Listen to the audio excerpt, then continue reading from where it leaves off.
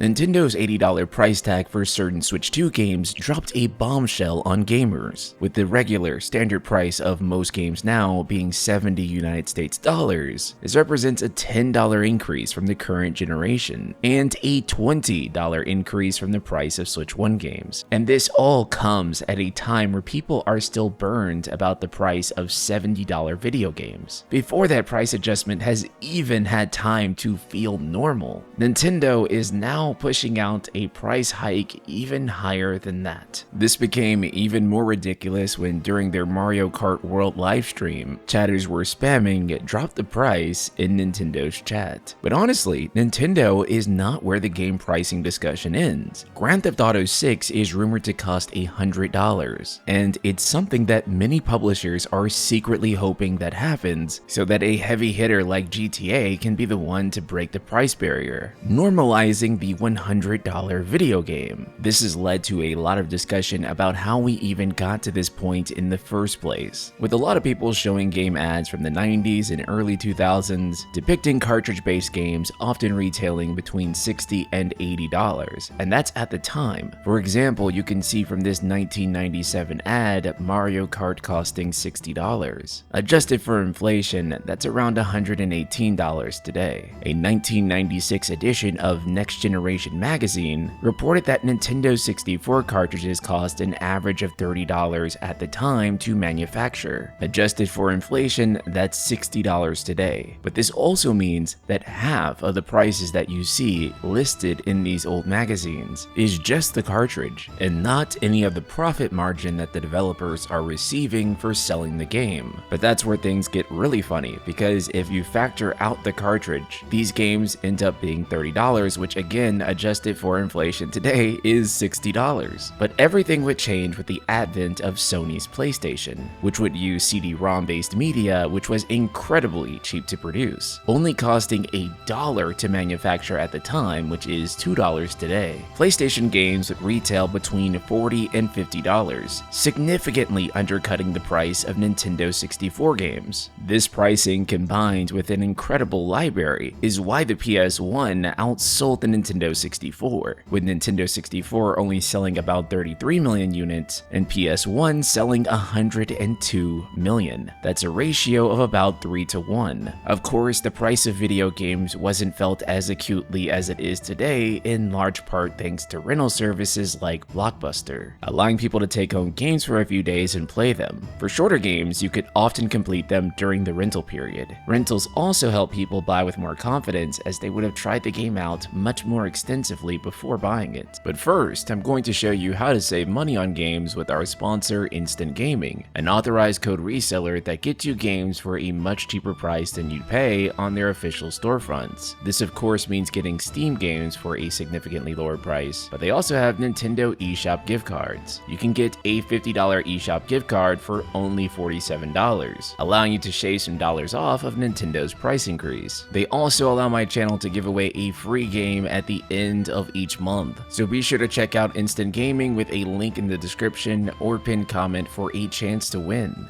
The $50 games price tag would live all the way up to the release of the PlayStation 3 and Xbox 360. 2 generations is a pretty good run, but games from that point on would cost $60, a price that again would last for 2 generations, until we got to $70 today for a PlayStation 5 game and $80 for certain Nintendo Switch games. But if we're honest here, publishers have been charging $100 for a game for a very long time now, but in the form of deluxe editions, digital deluxe editions, microtransactions, and DLCs that are often developed alongside the base game, sometimes feeling like, or oftentimes literally being, content that was cut from the base game to sell you at a later point for a price of around $10 to $20. And so when you add all of this up, they've been getting more than $60 or $70 from you for quite some time now, by finding things that you can additionally purchase that make the game more expensive aggressive and inflate its cost, eventually pushing to the targeted number that they want to see. But granted, it's entirely unlikely that if games were just $100, we would stop seeing microtransactions as a practice. While true, some publishers would be way less incentivized to put them in, I don't think big publishers like EA or Ubisoft will not try to extract 120, 140, so on and so forth from you if they can. Of course, the most massive elephant in the room for video game prices has to be the rising development costs. Developing video games is absolutely not cheap, and is often cited as the biggest reason that publishers want to raise video game prices. And in fairness, considering what most games sell, aside from the toppest of top-selling games, there is a great deal of legitimacy to this argument. Flagship video game for the PlayStation 1, Crash Bandicoot, released in 1996, only cost $1.6 million to develop. Adjusted for inflation, that's $3.2 million today. However, let's look at the development cost of a more recent PlayStation flagship game from Naughty Dog. The Last of Us Part 2 cost around $220 million to make, with development costs like this being not unheard of for AAA games. It is no wonder that they want to increase the cost, because when PlayStation 6 rolls around and PlayStation 7 rolls around, people are going to expect even better graphics, even more immersive worlds, and an entire suite of brand new bells and whistles. So from here on out, video games are only going to get more expensive to create. The bar is only going to get raised higher and higher, and with inflation continuing to happen as well, it does only make sense that at that point you do have to increase the cost of video games. Though a common counter-argument to this would be that there are many more gamers now than there were 20 years ago, and much more than there were 40 years ago, and that is true. And as a result, they are also buying more games, something supply and demand economics, and therefore the prices should be cheaper. However, the issue is that the video game console market has hit a plateau. This is where the controversial and hard to explain topic begins, especially with console fanboys, who I'm sure will have a colorful choice of words for me in the comments. But please, I ask that you hear me out in good faith and what I have to explain here. And I'd like to clarify that this isn't just my opinion, this is also what industry analysts have been broadly saying, but it's not an opinion that most people like hearing. The console space is not tremendously growing. This is not to say that consoles are failing or diminishing or anything alike. It is to say that the ceiling has been established at the PlayStation 2's 160 million, and neither Sony, Microsoft, or Nintendo are in any significant way growing past that number of units sold, and the only two consoles that roughly match it are the Nintendo DS and the Nintendo Switch. Of course, this isn't how things always used to be. For example, the highest selling 4th generation console was the Super Nintendo, which sold 49 million units. The highest selling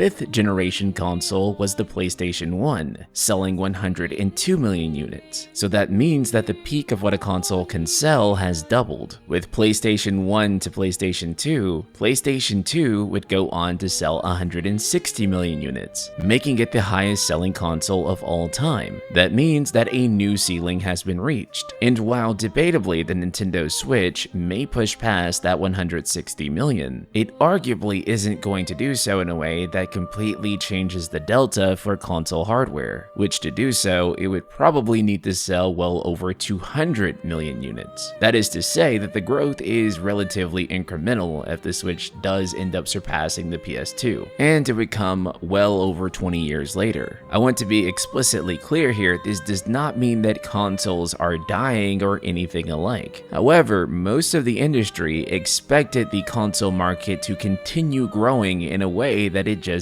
didn't. And the biggest reason why this is happening is that younger Gen Z and Gen Alpha care a lot less about console gaming. To many of them, gaming is something that they do for free on their phone, iPad, or computer, and only have to pay whenever they want to do a gacha pull. And this is reflected on total spending in the market. When looking at consumer spending on video game content in 2024, $83 billion was spent on mobile, $30 billion on PC, and $18 billion on console including Switch. According to Jacob Novick, a former director of business at Square Enix Holdings, he explains this rather well when saying, quote, "Total audience growth was a reasonable expectation in the 2015 to 2022 era and still is today. Not only had the industry grown significantly each year, but each day that new generations were coming of age. They were coming of age as gamers, meaning your total addressable population should be increasing and you should be increasing your revenue. What happened? Not just the Square Enix, but the industry as a whole? Audience behavioral patterns are radically different than expected in 2015. Remember, I said 2015 was pre-Fortnite. The way that it used to work was that you'd pick your release date similar to a Hollywood movie, stick to it, and consider the competition to be the titles releasing the weeks before and after. We would look at a Hitman or Deus Ex release and consider whether there was a Call of Duty or Assassin's Creed coming out around that time, assuming that gamers had X amount of money to spend Y amount of time, and if they wanted to get the full sticker price. Remember, discounts eat into cash received, and also at that time, used disc sales were zero cash received. We needed to get as many sales in the first 2 weeks as possible. At that time, as a gamer, once you finished the most recent game you were on, you moved on to the next. You were looking for your next title once you finished the prior one.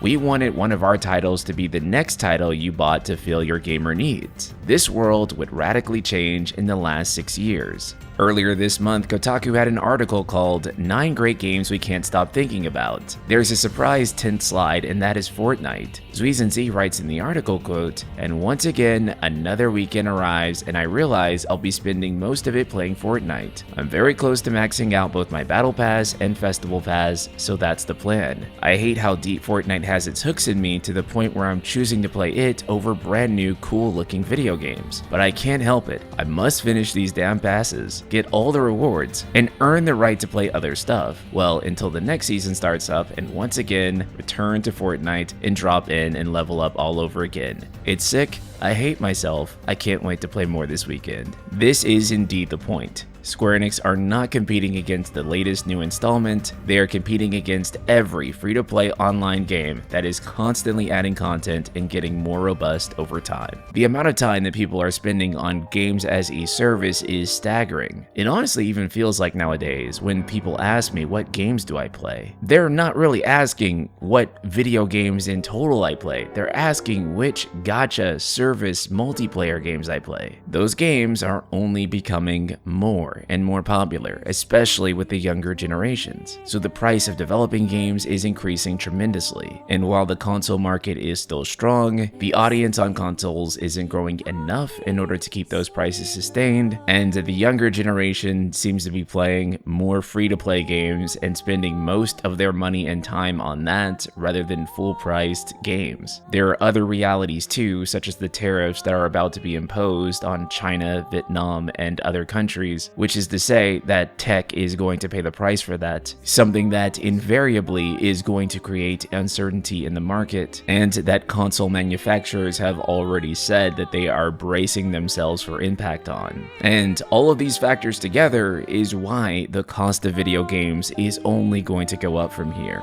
Though I do think it's felt most acutely that Nintendo is the one doing it, as the ones who needed the price increase most were the big AAA players, the ones that are making the most expensive, bleeding-edge tech game possible. Nintendo is the ones that already have prices managed. Their prices aren't inflated in the way that the rest of the AAA market is. And so, to many people, it seems confounding that they were the first ones to pull the $80 trigger, because frankly, they're the ones that need it the least. Trust me when I say Nintendo is doing more than fine financially, and it just feels like it makes the least amount of sense for them to do it. And that's not to say whether or not I think $80 is sustainable or not. Let's be real here, the economy is not doing the best. And while we can talk about inflation, audience sizes, and all these things to justify the increase in prices, the ultimate reality is that wages are not growing to match inflation. So honestly, no matter how justified it is, in the face of literal survival, it gets harder and harder to justify paying for new games. This is especially true for Nintendo. As everyone else in the industry does sales and price cuts for games, Nintendo never does any permanent price cuts, and the sales are short-lived and nowhere near as good as pretty much any other company. The worst part about all this is that the $80 game is not only here to stay, but so is the $90, $100, and so on game. Because until we fix all the problems with our industry, we are doomed to spiral out of control.